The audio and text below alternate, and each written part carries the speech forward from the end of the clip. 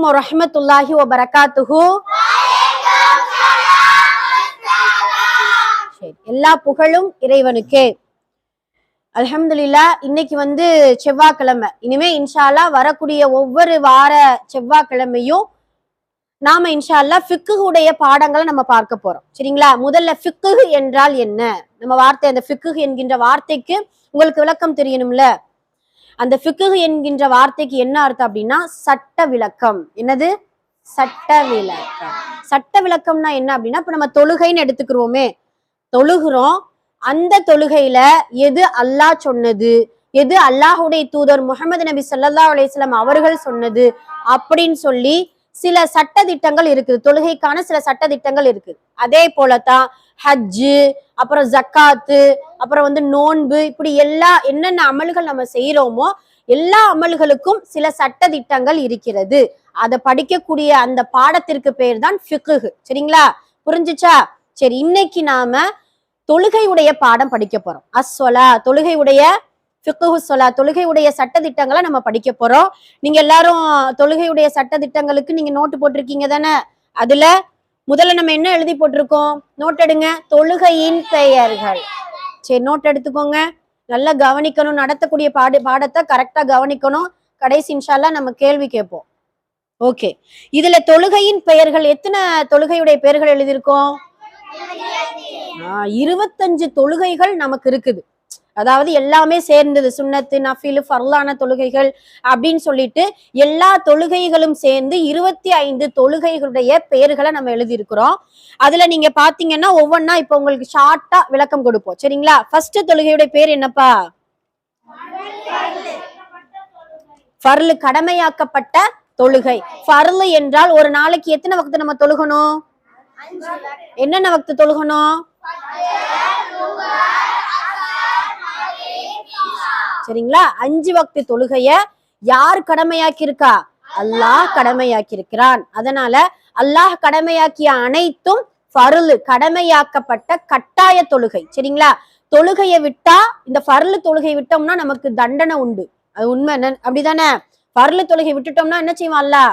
கண்டிப்பா நமக்கு தண்டனை கொடுத்துருவோம். அதெல்லாம் அல்லாஹ் பாதுகாக்கணும். தொழுகையை நிலைநாட்டக்கூடிய மனிதர்களா இருக்கணும் இன்ஷா அல்லாஹ். சரி, அப்ப ஃபர்லு தொழுகை என்று சொல்லும் பொழுது ஒரு நாளைக்கு நாம் தொழக்கூடிய 5 வக்து தொழுகை. ஒரு தொழுகையுடைய பெயர்கள்ல முதல் ஒன்று. ரெண்டாவது சுன்னத்தான தொழுகை. சரிங்களா? சுன்னத்தான தொழுகைனா எதெல்லாம் சொல்லலாம்?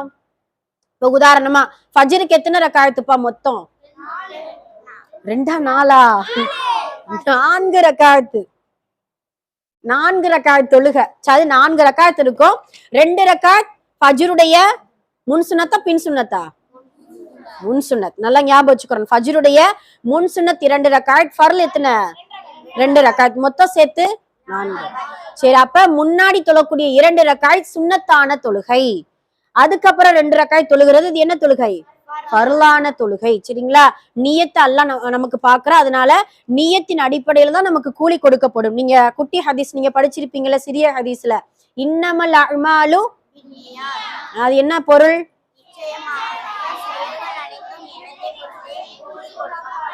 அப்ப நம்ம என்ன நியத்தை வச்சு தொழுகிறோமோ அதன் அடிப்படையில தான் நமக்கு கூலி கொடுக்கப்படும். அதனால சுன்னத்தான தொழுகைனா சுன்னத்தின் நியத்து வைக்கணும், ஃபர்லான தொழுகைனா ஃபர்லுன்ட்டு நம்ம என்ன செய்யணும்? நியத்து வைக்கணும். இப்படி ஃபஜ்ருக்கு 4 ரக்காயத், லுஹருக்கு மொத்தம் எத்தனை ரக்காயத்? 12 ரக்காயத். அதுல ஃபர்லு 4 தவிர்த்து விட்டு முன் சுன்னத் 4, பின் சுன்னத் 2, நஃபில் 2. சரிங்களா? அப்ப முன் சுன்னத் 4, பின் சுன்னத் 2. இதெல்லாம் சுன்னத்து. அந்த ஃபர்ல் ஃபர்லுடைய கட்டாய கடமையில சேரப்படும். சரிங்களா? இப்படி ஒரு நாளைக்கு 5 வக்து தொழுகையிலையும் முன் சுன்னத், பின் சுன்னத் அப்படின்னு சொல்லிட்டு அல்லாஹுடைய தூதர் நமக்கு ஏற்பாடு செஞ்சு கொடுத்திருக்கிறாங்க. சரிங்களா? அதுலயே நீங்க கேட்கலாம், அல்லாஹ் தானே ஃபர்லான கட்டாய கடமையாக்கி இருக்கா, அந்த ஃபர்லு தொழுகை மட்டும் தொழுதுட்டு நம்ம பெசாட் இருந்துக்கிறலாம்ல அப்படின்னு நீங்க கேட்கலாம். அப்படிதான் நம்ம இருக்கிறோம். அப்படிதானே? யாரு முன்சுனத் பின்சுனத்தெல்லாம் தொழுதுட்டு இருக்கோம்? அப்படியா? தொழுகணும். சரிங்களா?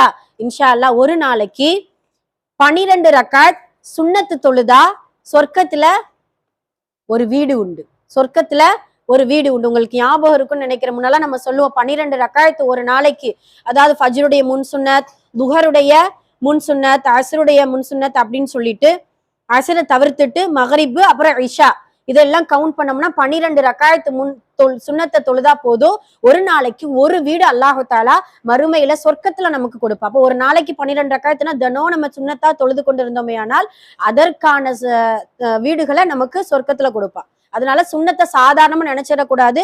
ஒரு சுண்ணத்தை ஹயாத் ஆக்கினால், ஹயாத்னா என்ன அர்த்தம்னா ஒரு சுண்ணத்தான அமலை எடுத்து அல்லாஹ்வுடைய தூதர் செஞ்சிருக்கிறாங்க, சொல்லியிருக்கிறாங்க. அதனால நாம செஞ்சோமே ஆனால் மறுமையில ரசூல் ஸல்லல்லாஹு அலைஹி வஸல்லம் அவர்களுடைய ஷஃபாஅத் கிடைக்கும். ஷஃபாஅத்னா என்ன அர்த்தம்? பரிந்துரை. மாஷா அல்லாஹ், மாஷா அல்லாஹ் இப்ராஹிம். ஷஃபாஅத் என்றால் நபி ஸல்லல்லாஹு அலைஹி வஸல்லம் அவர்களுடைய பரிந்துரை. யார்கிட்ட பரிந்துரை செய்வாங்க நமக்காக? அல்லாஹ்விடத்தில் பரிந்துரை செய்யக்கூடியவங்களா இருப்பாங்க. சரிங்களா? அப்ப ஃபர்லு கட்டாய கடமை, சுன்னத் எது? யார் சொல்லி கொடுத்தது? நபி ஸல்லல்லாஹு அலைஹி வஸல்லம் அவர்களுடைய தொழுகை, அவர்கள் நமக்கு காட்டி தந்த வழிமுறையுடைய தொழுகை சுன்னத்தான தொழுகை. மூன்றாவது தொழுகையுடைய பேர் என்னப்பா? நஃபிலான தொழுகை. நஃபில் என்றால் என்ன அர்த்தம் தெரியுமா?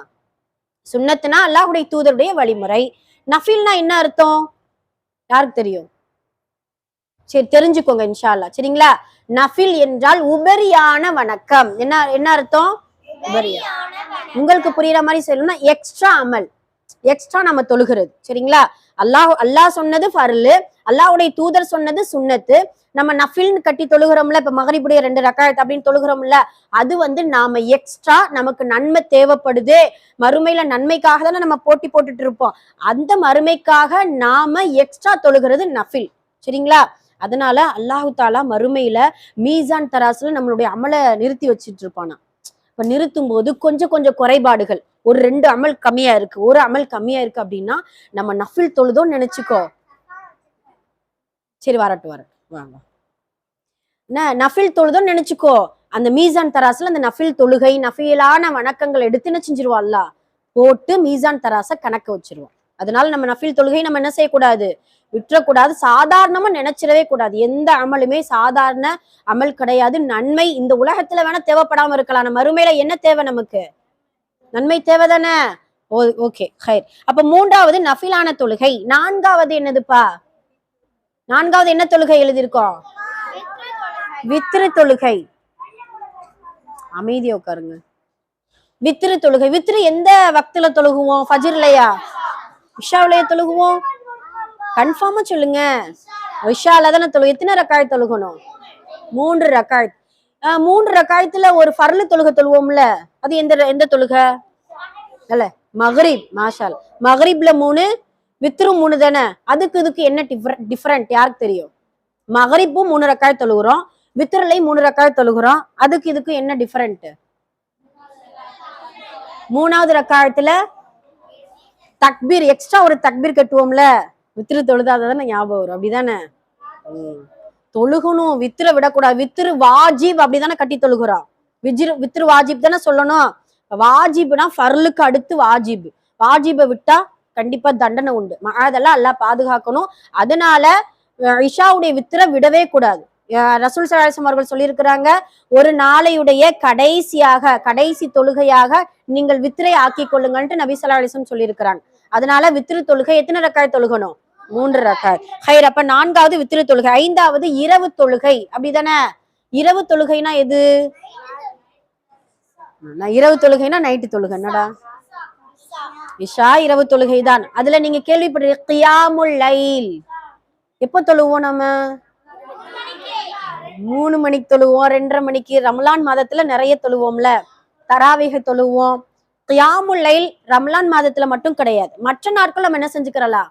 கியாமுல் லைல் தொழுதுக்கிறலாம் இன்ஷா அல்லாஹ். அதுல தஹஜ்ஜுடைய தொழுகை ரொம்ப நமக்கு சிறப்புக்குரிய தொழுகை. நீங்க முடிஞ்ச அளவு நீங்க ஒரு எக்ஸாம் டைம் சீக்கிரம் எந்திக்கிறீங்க, இல்ல கொஞ்சம் தூக்கம் வராம இருக்குது, மனசு கஷ்டமா இருக்குது, ஏதோ பயமா இருக்குதுன்னு நினைச்சீங்க அப்படின்னா எந்திரிச்சு எந்த டைம்னாலும் பரவாயில்ல, இஷா தொழுத பின்னாடி கொஞ்ச நேரம் தூங்கி எழுக்கும் பொழுது நமக்கு ஒரு முழிப்பு வருதுன்னா அப்ப ஒது செஞ்சுட்டு நம்ம என்ன செஞ்சுக்கிறலாம்? 2 ரக்காயத் உங்களுக்கு எவ்வளவு முடியுமோ தொழுதுக்கிறலாம். கியாமுல் லைல் அப்படின்னு சொல்லி தக்பீர் கட்டி நம்ம சாதாரணமா தொழுதுக்கிறலாம் இன்ஷா அல்லாஹ். சரிங்களா? அப்ப இரவு தொழுகைனா எதை நீங்க நினைக்கணும்?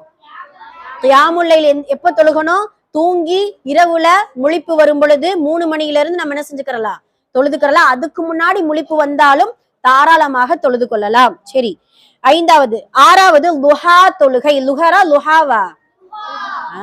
லுஹா தொழுகை. எப்போ தொழுகணும் லுஹா தொழுகை?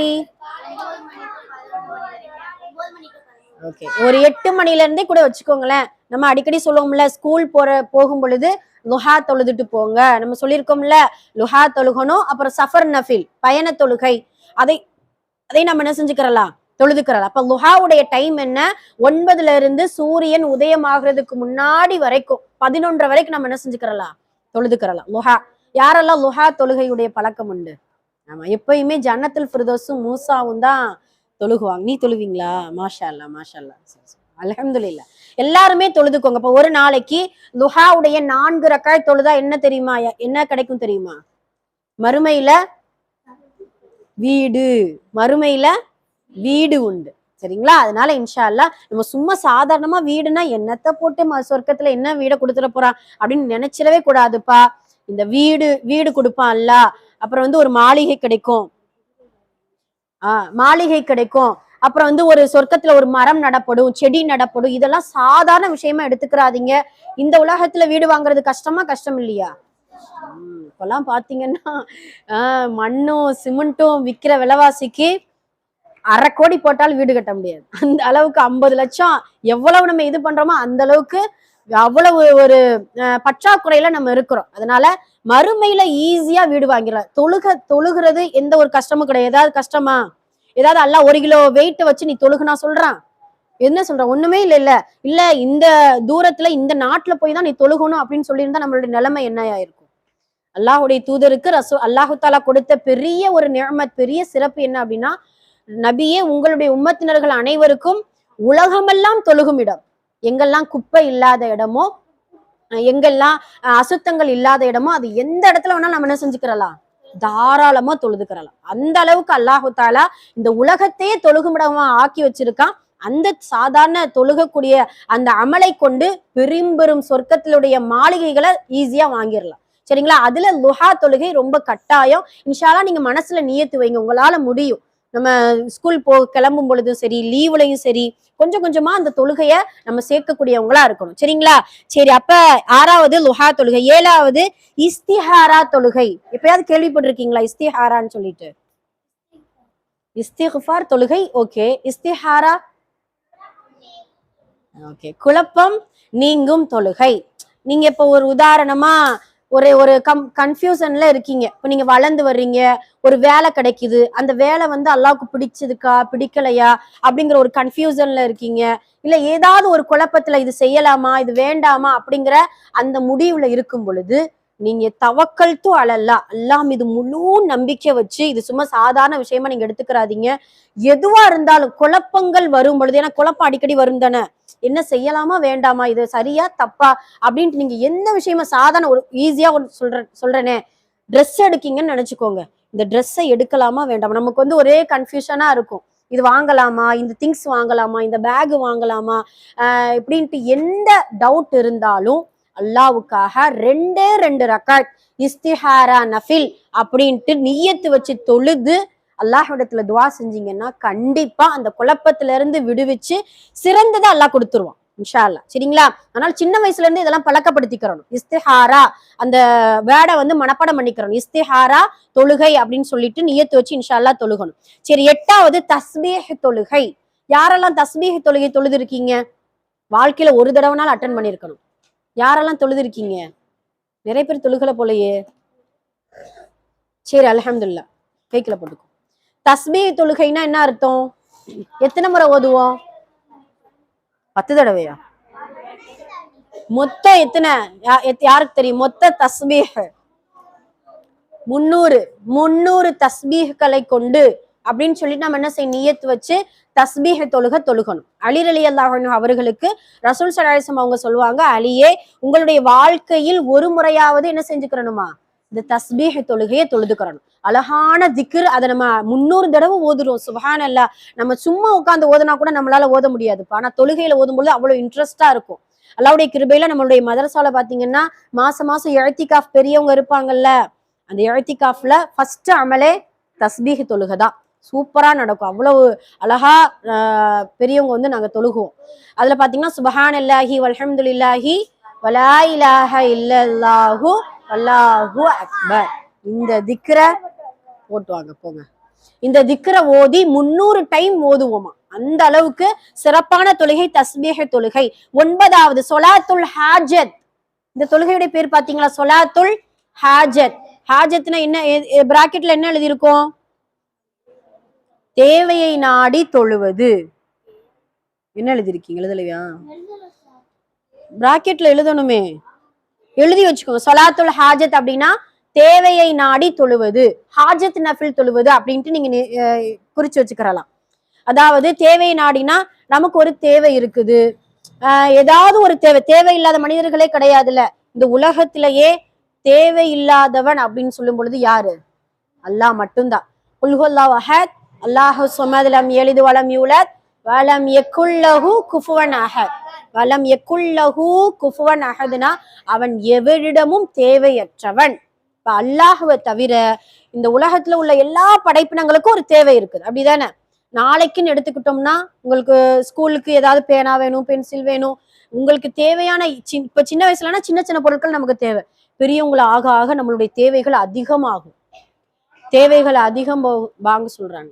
சரி, ஒரு 5 நிமிஷம் அமைதியா இருப்போம். சரி, அல்ஹம்துலில்லாஹ் பாங்க சொல்லி முடிச்சாச்சு. ஓகே, இப்போ நம்ம 9வது சொலாத்துல் ஹாஜத் பார்த்துட்டோம்.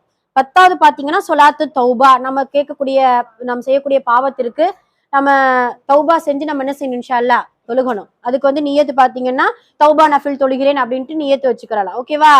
தினமும் தௌபா நஃபில் தொழுகாம இருக்கவே கூடாது. முடிஞ்ச அளவு நம்ம தினமும் தொழுதுக்கிறணும். 11வது சொலாத்து ஷுக்கர். ஷுக்கர்னா நன்றி செலுத்தும் தொழுகை. அல்லாஹ்வுக்கு எவ்வளவோ நியமத்துகள் கொடுத்திருக்கா, அதனால அதிகமா நன்றி செலுத்தக்கூடிய தொழுகை. இதெல்லாம் பாத்தீங்கன்னா எத்தனை ரக்காய் தொழுகணும் நீங்க கேட்கவே இல்லையே. எத்தனை ரக்காய் தொழுகணும்? 2 ரக்காய் தொழுதா போதும். சரிங்களா? 2 ரக்காய்த்து. 12வது கிரகண தொழுகை. கிரகண தொழுகைனா என்ன அர்த்தம்? சூரிய கிரகணம் சந்திர கிரகணம் ஏற்படும்ல, வருஷத்துக்கு 2 தடவை எப்பயும் ஏற்படும். அந்த ஒரு தடவை தானா? சரி, ஓகே. அந்த சூரிய கிரகணமோ அல்லது சந்திர கிரகணமோ ஏற்படும் பொழுது ரசூல்லா தொழுது இருக்கிறாங்க. அதன் அடிப்படையில நம்ம என்ன செஞ்சிடணும்? இன்ஷா அல்லாஹ் கிரகண தொழுகை தொழுக வேண்டும். அந்த கிரகண தொழுகை வந்து கொஞ்சம் டிஃப்ரெண்டா இருக்கும். அந்த தொழுகையுடைய பாடம் இன்ஷா அல்லாஹ் இது ஒவ்வொன்றா நம்ம விரிவா நடத்தும் பொழுது அந்த தொழுகை எப்படி தொழுகணுங்கிறத நான் சொல்லித்தரேன். 13வது மழை வேண்டி தொழுகை. வெயிலுடைய காலத்துல மழை பொழியாம நம்ம ரொம்ப பஞ்சத்துல இருந்தோம் அப்படின்னா அல்லாஹுடைய தூதரின் காலத்திலேயே மழை வேண்டி தொழுது இருக்கிறாங்க. அதனால நாமளும் இன்ஷா அல்லாஹ் நம்ம என்ன செய்யலாம்? தாராளமாக மழை வேண்டி தொழுகலாம். 14வது கதா, நேரம் தவறிய தொழுகை. இது வந்து ஃபர்லு தொழுகையில நமக்கு வந்து இப்ப பாத்தீங்கன்னா நீங்க ஸ்கூல் போறதுனால லுஹர் தொழுகை இல்லைன்னா நம்ம என்ன செய்யணும்? அசர்ல கண்டிப்பா கலா செஞ்சுக்கிறோம். அதனால நேரம் தவறிய தொழுகை இதை அடிக்கடி கையில எடுத்துக்கிற கூடாது. கலாங்கிறது ரொம்ப இக்கட்டான சூழ்நிலையில தான் தொழுகிறோம். அந்த கலா வந்து எடுத்துக்கிற சும்மா சாதாரணமா தினமும் ஃபஜ்ர்ல தூங்கிட்டு லுஹர்ல என்ன செய்யக்கூடாது?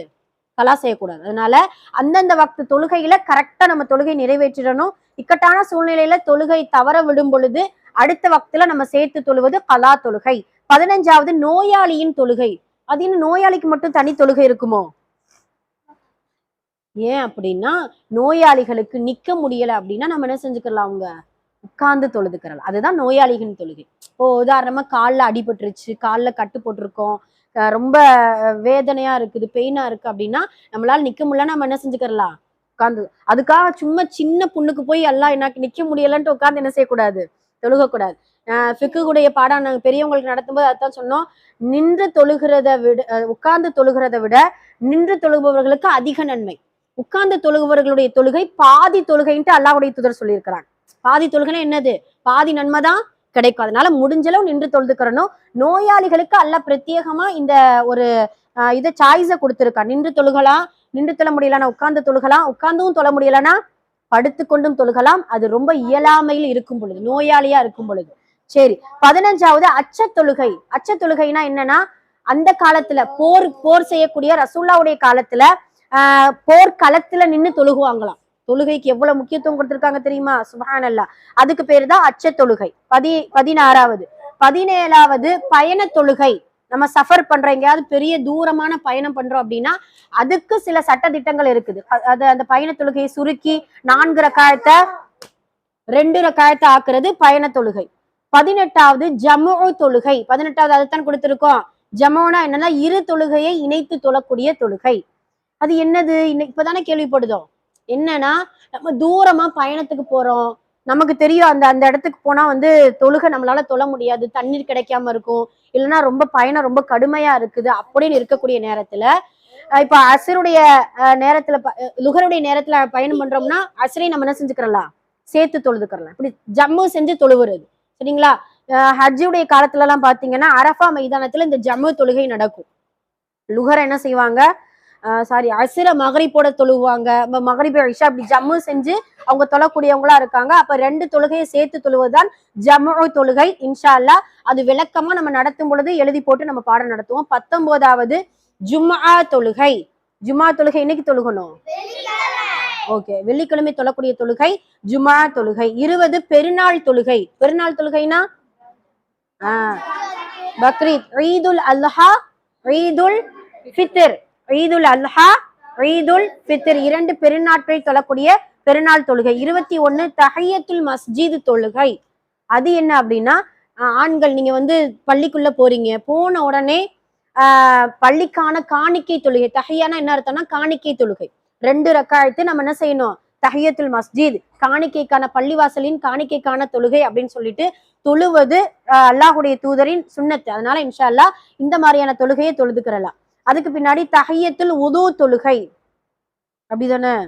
தஹியத்துல் உதுனா உது செஞ்சுட்டு அந்த உதுவுடைய உறுப்புகள் காய்வதற்குள்ள தொழுவாங்க சில பேர், அப்படியும் தொழுதுக்கிறலாம். அப்படிங்கிற ஒரு சட்டம் கிடையாது. நம்ம உது செஞ்ச உடனே முஸ்தஹபுக்காக அல்லாஹுடைய தூதருடைய சுன்னத்தின் அடிப்படையில பிலால் ரலியல்லாஹு அவர்கள் அப்படிதானே தொழுதாங்க. தொழுததின் காரணமாக சொர்க்கத்திலே அவங்களுக்கு காலடி ஓசை கேட்டுச்சு. அதனால நம்ம உது செஞ்ச உடனே அந்த உதுவுக்காக நம்ம தஹியத்துல் உது தொழுகை தொழுது கொள்ளலாம் 2 ரக்காயத்து. 23 ஜனாசா தொழுகை.